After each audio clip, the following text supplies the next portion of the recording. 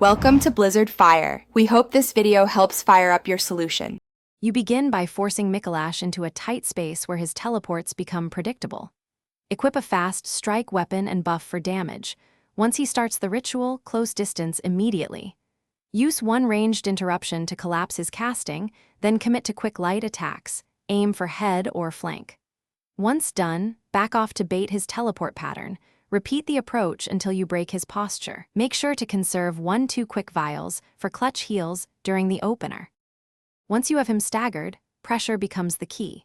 You watch his casting frames and time a parry or a charge strike to interrupt the long-range chant. If a parry is risky, trade short combos and immediately sidestep to reset his positional advantage. Use damage items like one Molotov or bolt paper to amplify each opening. Make sure to keep stamina above half. Empty stamina invites his counter teleport and heavy spell that punishes overcommitment. Stay patient and rhythmically finish Micolash by waiting for the definitive stagger.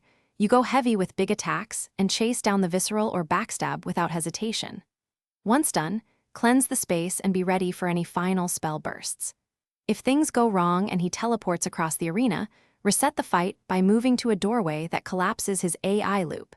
This forces a retrievable pattern. Make sure to switch to ranged bait or a hunter tool to pull him back into predictable range when needed. Thanks for watching. If you found this helpful, don't forget to like and subscribe.